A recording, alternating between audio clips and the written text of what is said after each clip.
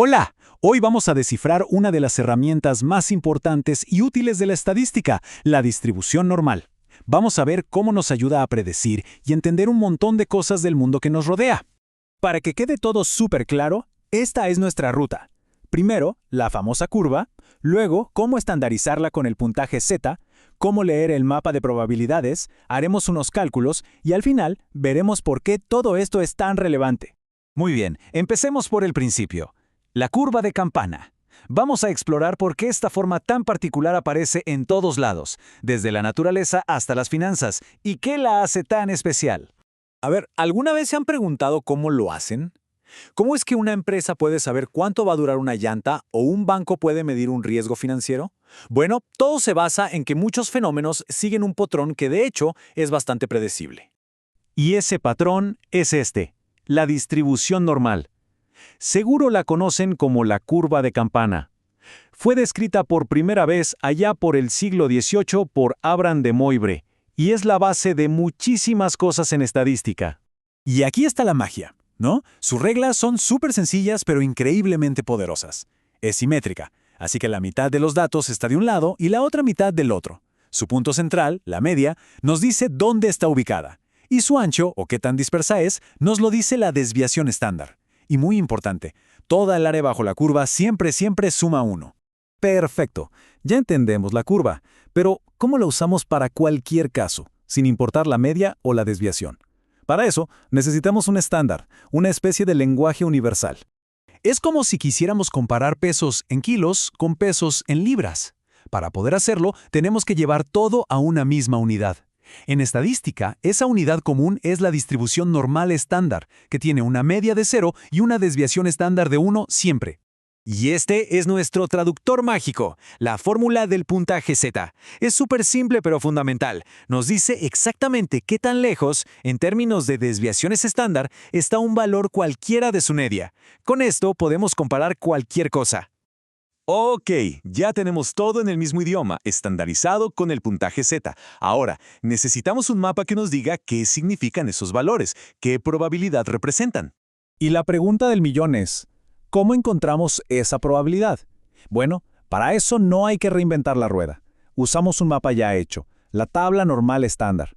Esta tabla es genial porque nos muestra las probabilidades acumuladas, o sea, el área total a la izquierda de cualquier puntaje Z que busquemos. Van a ver que usarla es súper fácil. Son solo 3 pasitos. Buscamos la primera parte del número en la columna de la izquierda, el segundo decimal en la fila de arriba. Y donde se cruzan, ahí está nuestra probabilidad. Vamos a la práctica para que vean. ¿Listo? Manos a la obra. Vamos a ver 3 ejemplos clave para que esto quede clarísimo y veamos cómo se aplica en diferentes situaciones. Empecemos con el caso más directo. Imaginen que queremos saber la probabilidad acumulada hasta un puntaje Z de 1.00. Es decir, ¿cuál es el área total a la izquierda de ese punto? Entonces, ¿qué hacemos? Tal como vimos, vamos a la tabla, buscamos la fila que dice 1.0 y luego la columna de arriba que dice 0.00. Y listo, donde se cruzan, ahí está nuestra respuesta. ¿Y qué significa este número, 0.8413? Significa que hay un 84.13% de probabilidad de que un valor cualquiera, en una distribución normal, sea menor o igual a una desviación estándar por encima de la media. Ok, ese fue el caso fácil. Pero, ¿qué pasa si la pregunta es al revés? Si queremos el área a la derecha de un valor, la tabla, recuerden, solo nos da el área a la izquierda. Aquí es donde entra un truco súper útil. Sabemos que el área total bajo la curva es 1, el 100%. Entonces, si la tabla nos da el pedazo de la izquierda, que en este caso es 0.9429, simplemente le restamos ese pedazo al total para obtener el de la derecha. ¡Fácil! Y ahí lo tenemos. Al hacer esa resta nos da 0.0571. O sea, la probabilidad de encontrar un valor en esa zona por encima de 1.58 desviaciones estándar es de apenas un 5.71%. Último caso y uno muy común. ¿Cómo calculamos la probabilidad de que un valor caiga por entre otros dos? Por ejemplo, entre menos 0.50 y 1.25. La lógica aquí es bastante ingeniosa. Primero, buscamos en la tabla toda el área acumulada hasta el valor más alto, 1.25. Eso nos da un pedazo grande. Pero, un momento, ese pedazo incluye una parte que no queremos, la que está a la izquierda del valor más bajo. Así que buscamos esa área pequeña hasta menos 0.50 y se la restamos a la grande. Y listo. Lo que nos queda es justo el área que buscábamos entre los dos puntos, una probabilidad del 58.59%. Ok, ya vimos los números, las tablas, los cálculos, pero la gran pregunta es, ¿y esto en el mundo real para qué sirve? Bueno, la respuesta es que sirve para muchísimo. Pensemos en esto. Un analista en Wall Street la usa para modelar el riesgo de una inversión. Un auditor para verificar miles de facturas sin tener que revisarlas una por una.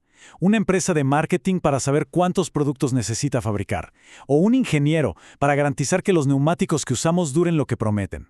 En todos lados, entender estas probabilidades permite tomar decisiones más inteligentes. La realidad es que la curva de campana está por todos lados, a menudo oculta a simple vista.